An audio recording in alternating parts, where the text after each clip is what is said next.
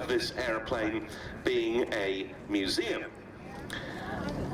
This was after it had been retired by Hunting Surveys, who used to use it for aerial survey work. And the aircraft leading these two in was here when Duxford was very first opened to the public as a museum venue on the 14th of October 1973 for the very first Duxford Air Day. And this was something we marked 50 years to the day last October here with this aeroplane in the flying programme. Back then it was a restoration project, but very soon after that it was revived and put back into commercial service with Eric Lontique, who many of you will remember used to operate large numbers of DC engine change, and I gather its first flight with the new engine should be imminent, and it will hopefully go on to join the commemorations in mainland Europe, but sadly it wasn't possible to do all of this quite in time for this weekend's event.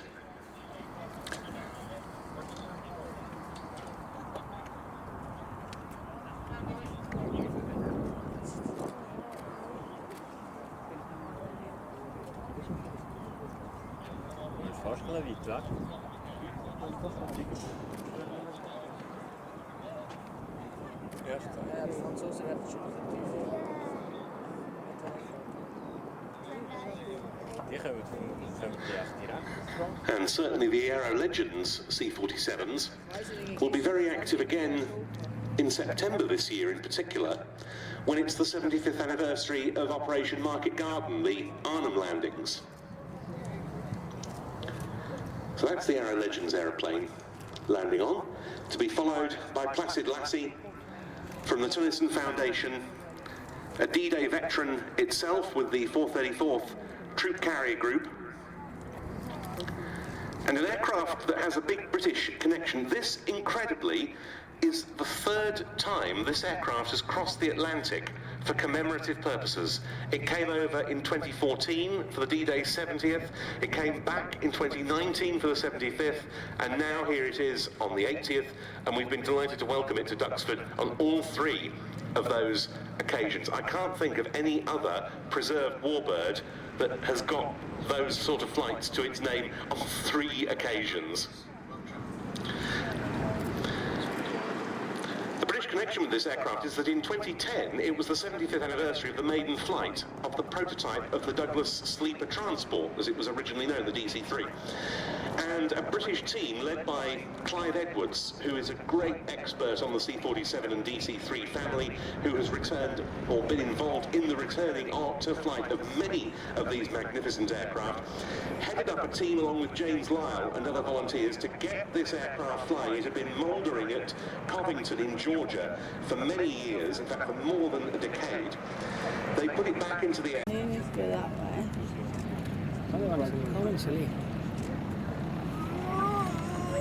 Yeah, I can, but if you stand there, that's great. You've got the wall in the way there.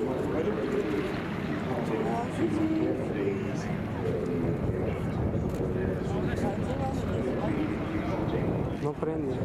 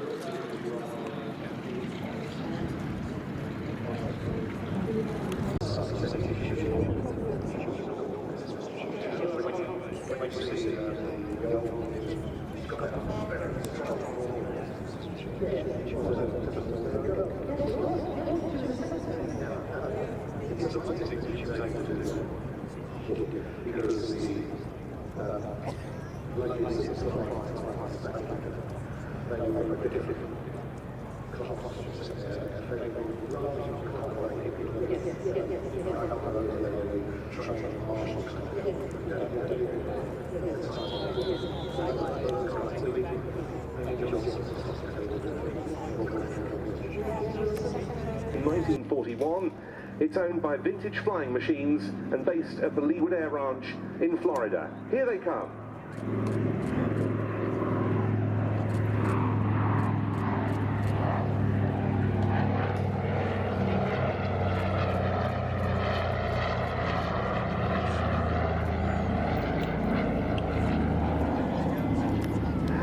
Spirit of Douglas in the lead, which when we had it here 5 years ago for the D-Day 75th was named Spirit of Benovia.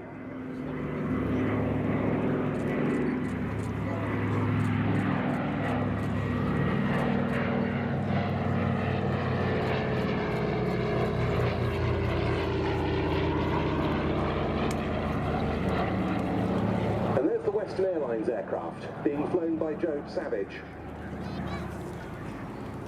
You might have noticed that Spirit of Douglas, which has been renamed to commemorate the father of the DC-3, Donald Douglas, looks a bit different from your average Dakota, and that's because in the mid-1950s it was given what's called the Air Research Maximizer Speed Kit. So it's got redesigned engine cowlings to reduce.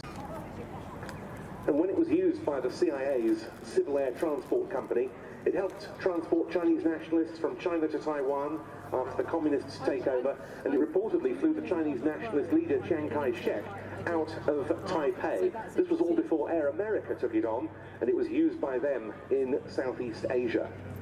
As for the Western Airlines DC-3A, the second of these two aircraft, it was delivered, as I say, to United Airlines in 1941 after the Pearl Harbor attack, which of course precipitated the American entry into World War II. It was briefly impressed into the US military and converted into a freighter. It then went to Western Air Express, who used it on military contracts in wartime. At some point it had its passenger interior reinstalled. It served with that carrier up until 1958, latterly known as Western Airlines, and it's in Western's colours now. It had several other commercial owners after that, and then went into private hands, and it's changed hands as recently as last November. It was bought by Tim Savage, publisher and owner of several other warbirds. He'd been in Normandy on previous commemorative occasions. He was inspired to participate himself and to get his own DC-3 to facilitate that. His son Joe has been over with him on several of those visits, and the last time they came over in 2019, he hadn't yet got his pilot's license. He is now fully rated as a captain on the DC-3, and he's flying it here. But in first for their second run before departing, Paul Baisley with Spirit of Douglas.